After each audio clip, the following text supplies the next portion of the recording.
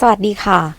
วันนี้นะคะมาเรียนต่อนะคะบทที่11แล้วนะคะบทที่11นะคะก็จะแบ่งเป็น2พาร์ทเช่นเดิมนะคะอันแรกนะคะจะเป็นพาร์ทการฟังนะคะพาร์ทการฟังวันนี้นะคะก็เราจะมาเรียนเรื่องอะไรนะคะในข้อสอบนะคะก็คือจะมีรูปภาพมาให้นะคะ4รูปใช่ไหมคะแล้วก็เป็นยังไงเอ่ยใน4รูปนี้นะคะฟังไปด้วยนะคะแล้วก็ดูรูปไปด้วยดูว่า choice ใดที่ตรงกับรูปภาพที่เรากำลัง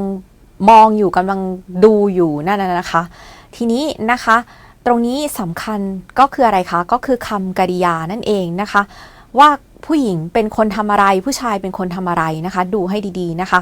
และก็อีกส่วนหนึ่งของการฟังนะคะก็คือจะมีบทสนทนาสั้นๆมาให้นะคะจะวัดความเข้าใจในเรื่องของสำนวนล้วนๆเลยนะคะก็คือคนนึงพูดแบบนี้แล้วเราจะตอบว่าอะไรนะคะเป็นการวัดความเข้าใจด้านสำนวนนะคะ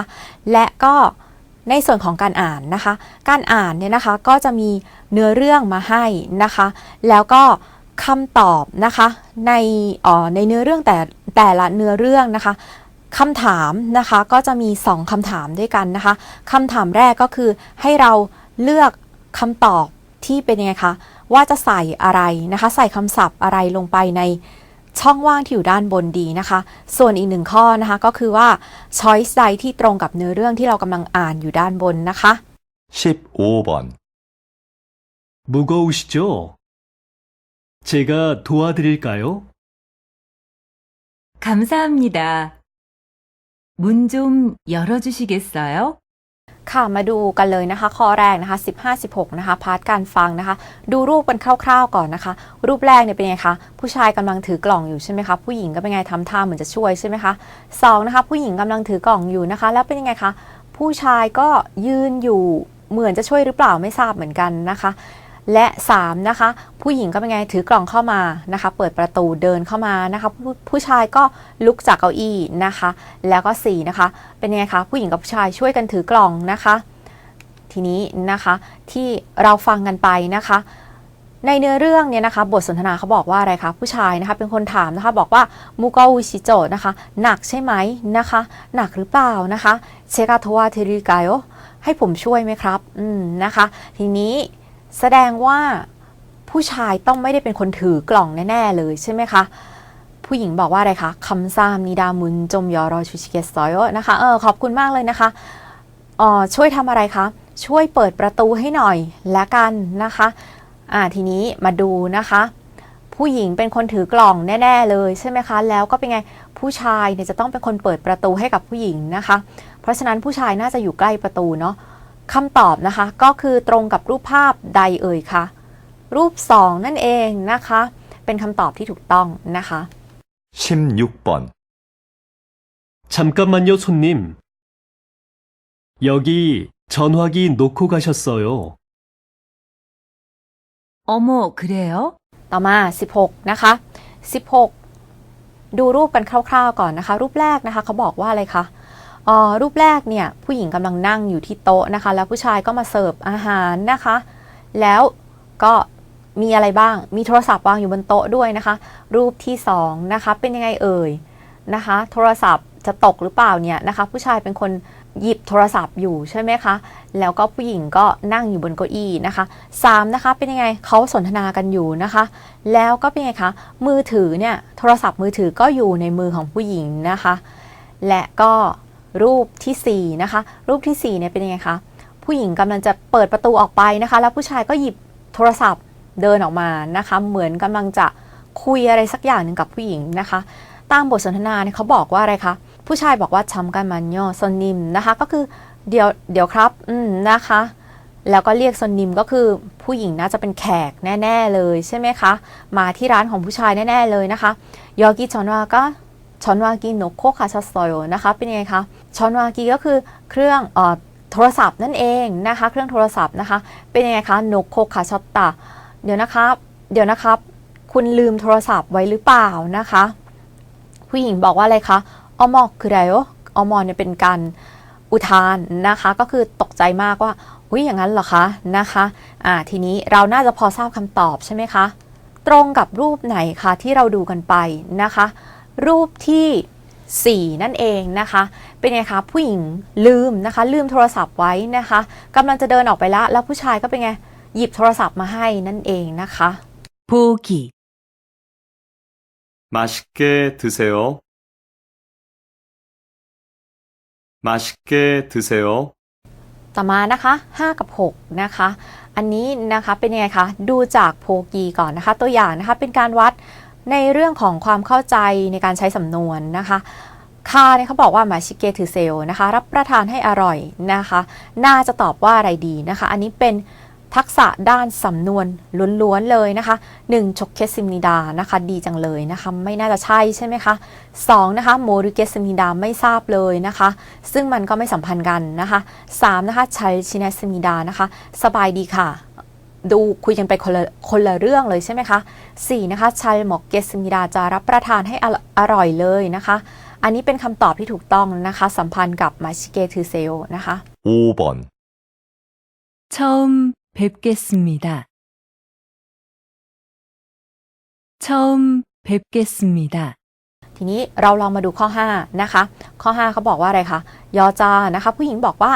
ช่อมเพปเกสมิดานะคะอันนี้เป็นสำนวนนะคะจะแปลยังไงก็แปลไม่ได้ใช่ไหมคะแปลว่าอะไรเอ่ยถ้าเราจะเทียบกับภาษาไทยเนี่ยหมายถึงยินดีที่ได้พบนั่นเองนะคะแล้วผู้ชายจะบอกว่าอะไรนะคะ1มีอันฮัมนิดานะคะขอโทษจริงๆแล้วยินดีที่ได้พบครั้งแรกเนี่ยนะคะยินดีที่ได้เจอกันยินดีที่ได้รู้จักแล้วก็เราไม่ต้องไปขอโทษเขานะคะตัดทิ้งได้เลยนะคะ2นะคะคำซามนิดาขอบคุณไม่ต้องขอบคุณเช่นกันนะคะ3นะคะอันยองอิคาชิชิโอนะคะเป็นการไล่ผู้หญิงไปนั่นเองนะคะบอกว่าขอให้ไปโดยสวัสดิภาพนะคะซึ่งยังไม่เจอเลยใช่ไหมคะช้อยส์ที่ตรงกับช่องเพปเกสมิดาใช่ไหมคะมาดูข้อ4นะคะมันนาซอผังกับสมิดานะคะยินดีที่ได้พบนั่นเองนะคะจริงๆแล้วช่องเพปเกสมิดากับมันนาซอผังกับสมิดาเนี่ยความหมายเหมือนกันเลยนะคะใช้แทนกันได้นะคะตอบข้อ4นะคะทีนี้นะคะส่วนที่เป็นคีย์เวิร์ดเนี่ยคือคำว่าอะไรคะช่องเพปเกสมิดานั่นเองใช่ไหมคะเห็นตัวนี้ปุ๊บคือเราก็คือจะทราบคำตอบได้เลยว่าคืออะไรนะคะในส่วนของสำนวนนะคะสำนวนมีอันทำนิดาก็ถ้าเกิดใช้คำนี้เนี่ยแสดงว่าเป็นไงเรารู้สึกเราขอโทษนะคะเราขอโทษอีกคนหนึ่งนั่นเองใช่ไหมคะแสดงว่าเราทำอะไรผิดใช่ไหมนะคะถึงจะพูดคำนี้ออกมาได้ใช่ไหมคะคำซามนิดานะคะก็คือขอบคุณเราต้องรู้สึกขอบคุณใครสักคนหนึ่งที่แบบเขาทำอะไรดีๆให้กับเราใช่ไหมคะและก็อันยองฮิคาชิปชิโอนะคะก็คือขอให้ไปโดยสวัสดิภาพนั่นเองนะคะใช้ในการจากลานะคะคนที่อยู่พูดกับคนที่กำลังจะไปใช่ไหมคะทีนี้ถ้าในกรณีที่อันยองฮิเคชิปชิโอนะคะก็คือขอให้อยู่โดยสวัสดิภาพนั่นเองนะคะคนที่กำลังจะไปเนี่ยอวยพรให้คนที่อยู่นั่นเองนะคะ 6번. 저 주말에 부산으로 여행 가요. 저 주말에 부산으로 여행 가요. ทีนี้นะคะข้อ6นะคะมาดูกันต่อนะคะชอชูมาเรปุซานุโรยอแฮงคายโอนะคะบอกว่าอะไรเอ่ยวันสุดสัปดาห์นะคะเขาจะไปที่ไหนคะจะไปเที่ยวนั่นเองนะคะไปเที่ยวที่ไหนเอ่ยปูซานนั่นเองนะคะทีนี้จะไปปูซานนะคะผู้หญิงจะตอบว่าอะไรดีเคนชันไนโอไม่เป็นไรนะคะจริงๆก็ดูไม่เข้ากันเลยใช่ไหมคะตัดไปก่อนนะคะ2นะคะเชซงไฮโอขอโทษนะคะไม่ต้องขอโทษเช่นกันใช่ไหมคะ3นะคะชัลทานยอโอเซโอนะคะก็คือเป็นยังไงเอ่ย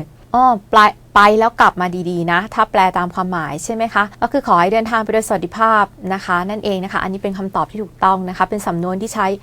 อวยพรใครเมื่อใครจะเดินทางไปที่ไหนสักที่หนึ่งนะคะ4นะคะชัยพุทักทือดอยโยนะคะพุทักทือดิดะเนี่ยแปลว่าขอร้องนั่นเองนะคะส่วนใหญ่เราจะเจอคำนี้เมื่อไหร่คะสำนวนนี้อาจจะเข้าไปทำงานเป็นครั้งแรกแล้วแนะนำตัวเองให้กับเพื่อนร่วมงานหรือว่าอาจจะเป็นเข้าเรียนครั้งแรกใช่ไหมคะแล้วก็แนะนำตัวเองให้กับคุณครูหรือว่าแนะนำตัวเองให้กับเพื่อนๆนั่นเองนะคะทีนี้นะคะ question นายโอเนี่ยส่วนใหญ่จะใช้เป็นไงคะตอบกลับนะคะเมื่อมีคนมาขอบคุณหรือว่าขอโทษหรือว่าแสดงความเกรงใจกับเรานะคะก็คือไม่เป็นไรเหมือนกับภาษาไทยนั่นเองนะคะเชซงไฮโอนะคะแปลว่าขอโทษนั่นเองใช่ไหมคะเรารู้สึกเป็นไงเข้าไปรบกวนคนอื่นหรือว่าเข้าไปถามทางเข้าไปถามเวลาอะไรแบบนี้นะคะเราก็พูดประโยคนี้ก่อนใช่ไหมคะ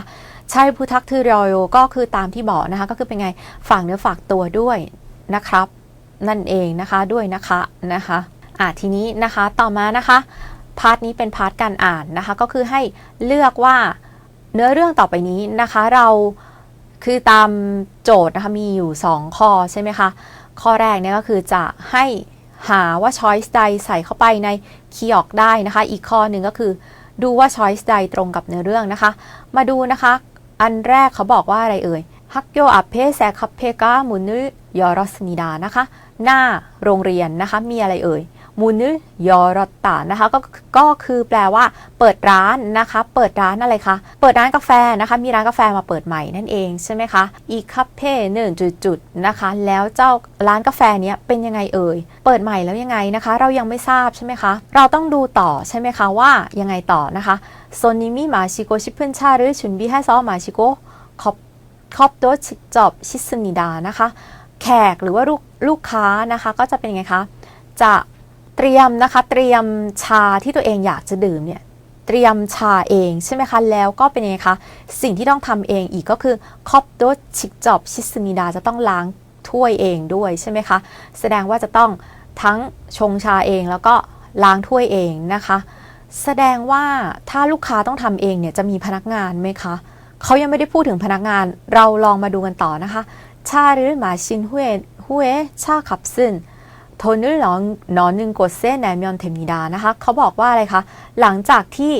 ดื่มชาแล้วเนี่ยนะคะเป็นไงคะค่าชานะคะชากับนะคะค่าชาเนี่ยให้เอาไปใส่ตรงไหนคะ돈을 넣는 곳นะคะก็คือเป็นสถานที่ที่เป็นไงไว้จ่ายตังค์นะคะแสดงว่าน่าจะต้องมีเครื่องจ่ายตังค์แน่ๆเลยใช่ไหมคะดูไม่น่าจะมีพนักงานเนาะต่อมานะคะอีคาเฟ่หนึ่งทีนี้ร้านกาแฟนี้เป็นยังไงคะ편하게 오래 앉아 있을 수 있고 컵도 싸서 인기가 많습니다นะคะทีนี้นะคะเขาบอกว่าร้านกาแฟนี้นะคะเป็นไงคะสามารถที่จะนั่งได้โอแรนานๆอย่าง편하게อย่างสะดวกสบายเลยใช่ไหมคะและก็ทำอะไรได้อีกนะคะราคาขับนะคะขับโตซาโกซาซอนะคะก็คือว่าราคาก็ถูกด้วยนะคะก็เลยเป็นที่นิยมมากๆเลยนะคะลองมาดูนะคะ49จะตอบอะไรดีนะคะตามที่เราดูกันไปเนี่ยไม่น่าจะมีพนักงานใช่ไหมคะทีนี้นะคะ이 카페에는จุดอะไรดีนะคะ1นะคะ손님이 별로 없습니다ใช่ไหมคะจริงๆก็มันไม่สัมพันธ์กับความหมายของประโยคด้านหน้าแล้วก็ด้านหลังด้วยใช่ไหมคะและอีกอย่างหนึ่งผิดตรงที่เป็นไงคะเขาบอกว่าไม่ค่อยมีแขกจริงๆแล้วแขกเยอะมากนะคะตัดทิ้งนะคะ2นะคะ친절한 직원이 있습니다นะคะก็คือบอกว่ามีพนักงานใจดีอยู่ด้วยมีคำว่าชิกวนไหมคะไม่มีคำว่าชิกวนเลยใช่ไหมคะก็คือไม่มีคำศัพท์ว่าพนักงานปรากฏอยู่ในเนื้อเรื่องเลยนะคะเพราะฉะนั้น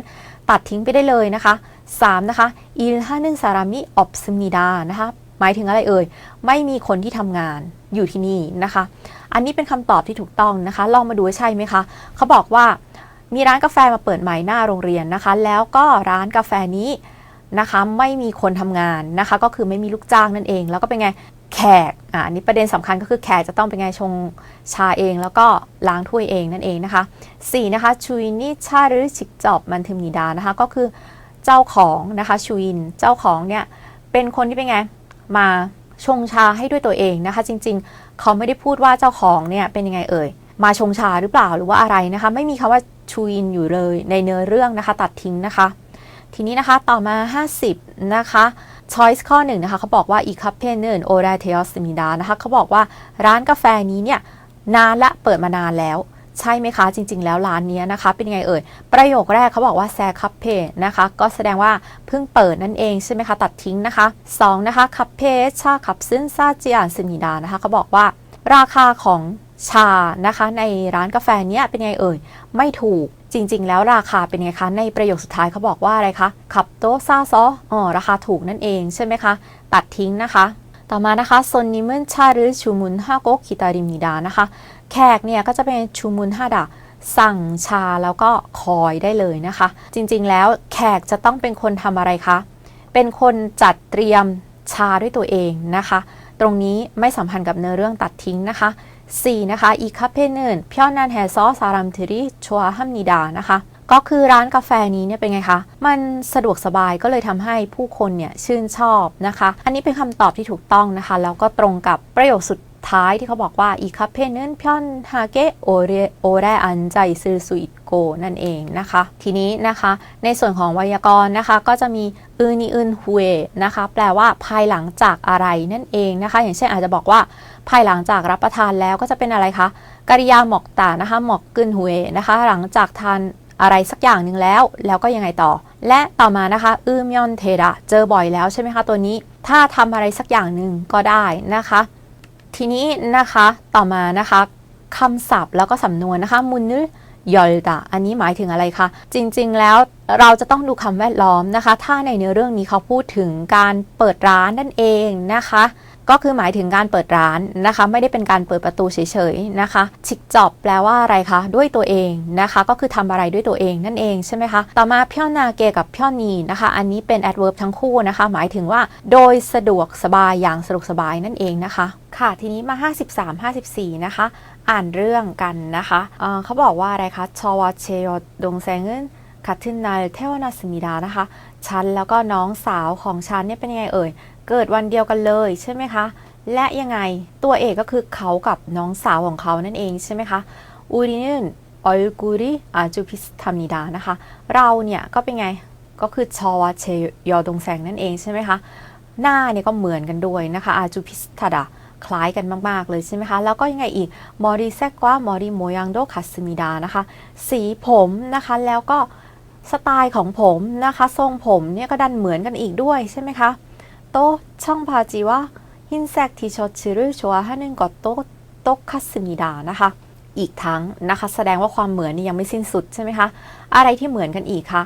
ก็คือเขาเนี่ยชอบอะไรคะชอบกางเกงยีนนะคะช่องวาจีนะคะแล้วก็อะไรอีกคะเสื้อทีเชิ้ตสีขาวนะคะชอบใส่ทั้งกางเกงยีนแล้วก็เสื้อทีเชิ้ตสีขาวนะคะชอบเหมือนกันด้วยนะคะคือดิโกทูลทาชักเกินอีเรโดชัลอุสมิดานะคะและ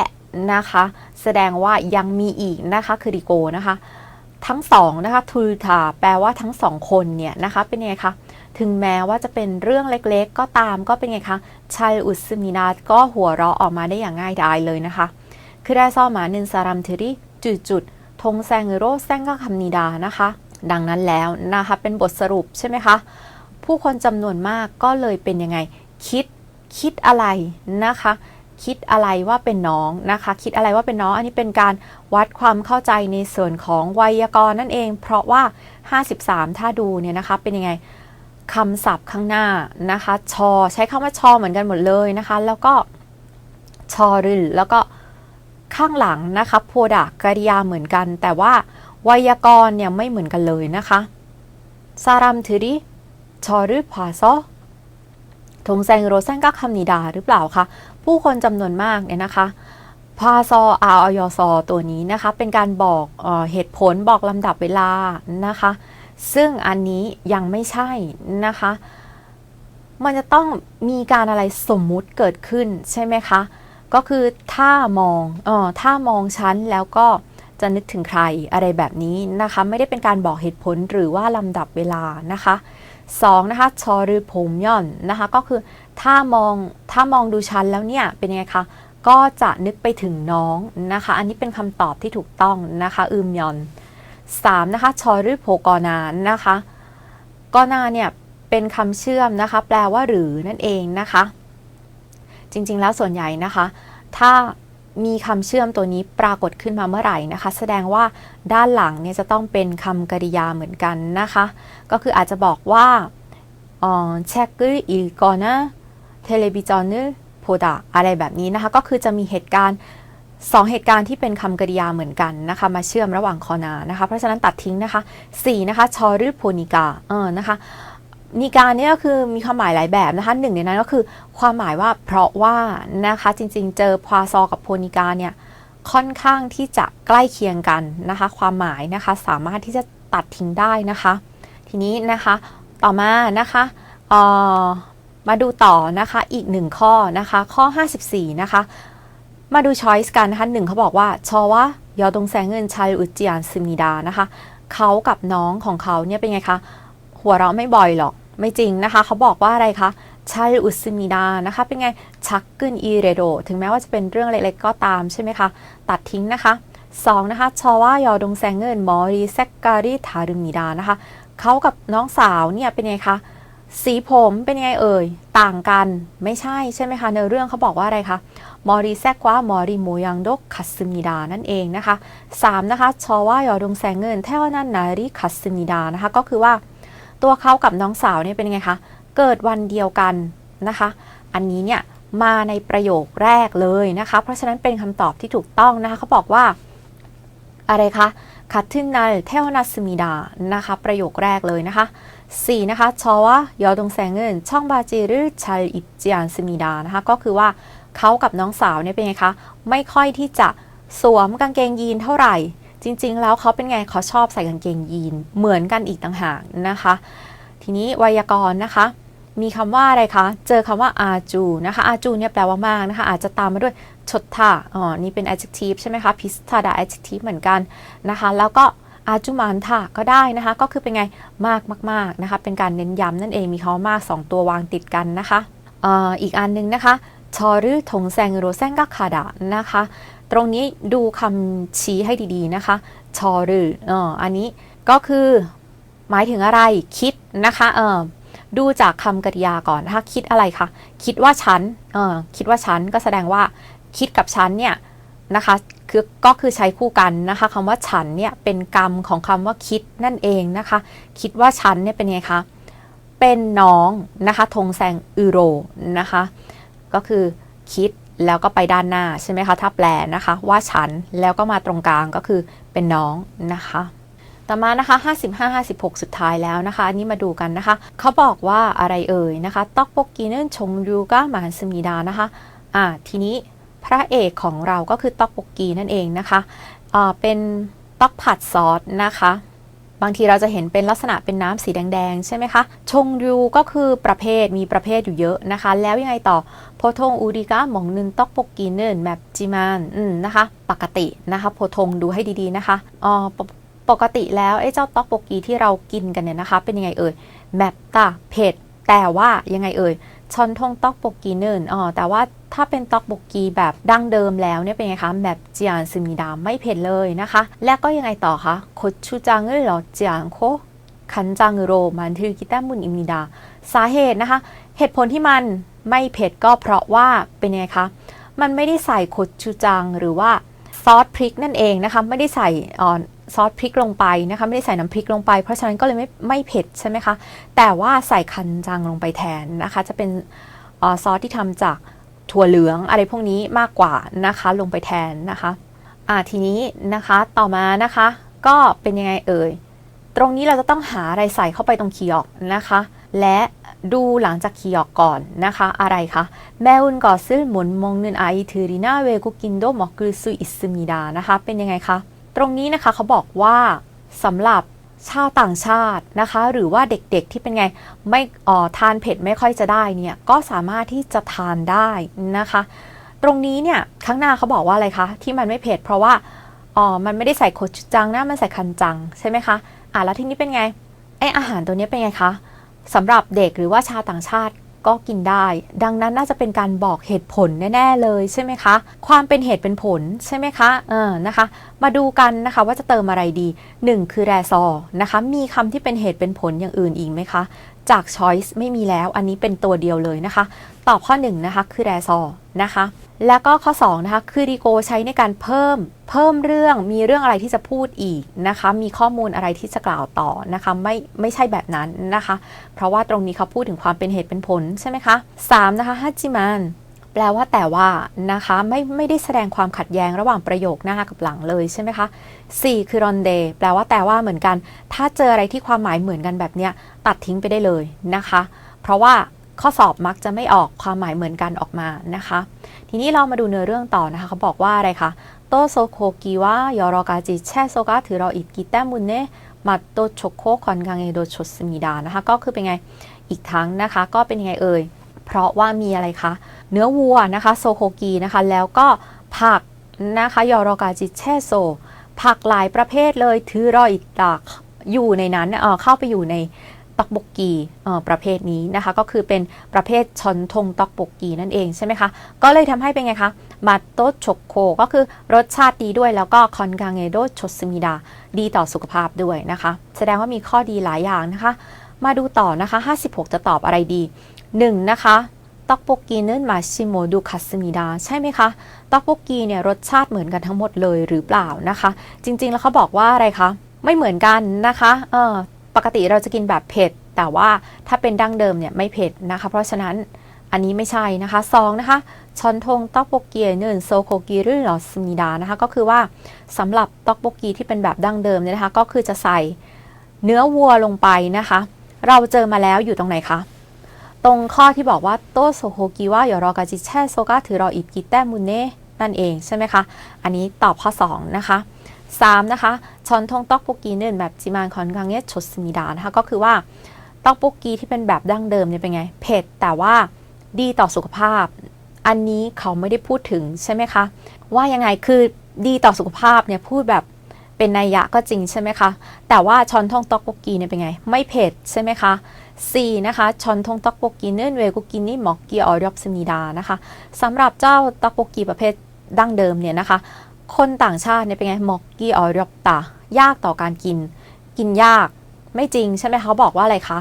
กินง่ายนะคะสำหรับชาวต่างชาติแล้วก็เด็กๆก็มอกกุซุอิสมิดานั่นเองนะคะทีนี้นะคะไวยากรณ์นะคะเชียนถาอันนี้เป็นการบอกปฏิเสธนะคะด้านหน้าจะเป็น verb ก็ได้ adjective ก็ได้นะคะอย่างเช่นแบบเจียนถานะคะก็คือไม่เผ็ดนั่นเองนะคะต่อมานะคะคิดแต้มุนอีดานะคะอันนี้เป็นการบอกเหตุผลนั่นเองนะคะอย่างเช่นอาจจะบอกว่าโชฮาฮากิแตมุนอีดานะคะเพราะว่าชอบอะไรแบบนี้เป็นต้นนะคะนี่กอดอันนี้นะคะแปลว่าการที่สิ่งที่นะคะอย่างเช่นอาจจะบอกว่าแมวุนกอดก็คือเป็นไงคะสิ่งที่เผ็ดนั่นเองใช่ไหมคะก็คือใช้กับ adjective ก็ได้นะคะนี่นะคะแมวุนกอดต่อมานะคะอีนานะคะข้างหน้าเป็นคำนามนะคะก็ดูว่านามนั้นลงท้ายด้วยสระหรือพยัญชนะนะคะแปลว่าหรือนั่นเองก็คือเชื่อมระหว่างด้านหน้านามแล้วก็หลังนามเข้าด้วยกันค่ะข่าวบทที่12ที่เราเรียนกันไปนะคะในพาร์ทการฟังนะคะเราดูอะไรกันไปบ้างนะคะก็คือจะมีรูปภาพมาให้ใช่ไหมคะมีผู้หญิงกับผู้ชาย2คนนะคะในบทสนทนาก็เช่นกันนะคะก็คือจะมีผู้หญิงกับผู้ชายคุยกันใช่ไหมคะแล้วทีนี้ยังไงต่อคะเราจะต้องดูว่าผู้หญิงทำกิจกรรมอะไรผู้ชายกำลังทำอะไรอยู่นะคะแล้วก็กริยานะคะคำกริยาที่ออกมาในเรื่องที่เรากำลังฟังอยู่เนี่ยนะคะผู้หญิงหรือว่าผู้ชายเป็นคนทำอะไรนะคะตรงนี้เป็นส่วนที่สำคัญมากนะคะและนะคะเวลาที่เราฟังเรื่องไปเนี่ยนะคะต้องสังเกตทุกอย่างที่อยู่ในรูปภาพนะคะอย่างเช่น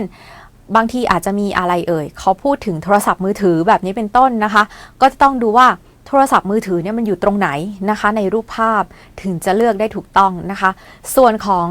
การวัดความเข้าใจในเรื่องของสำนวนอันนี้เป็นเรื่องที่เราจะต้องเอาตัวรอดด้วยตัวเองนะคะจะต้องฝึกฝนแล้วก็อ่านท่องแล้วก็ดูอะไรที่เป็นสื่อเกี่ยวกับเกาหลีเยอะนะคะจะทำให้เราเข้าใจในส่วนของสำนวนได้มากขึ้นนะคะ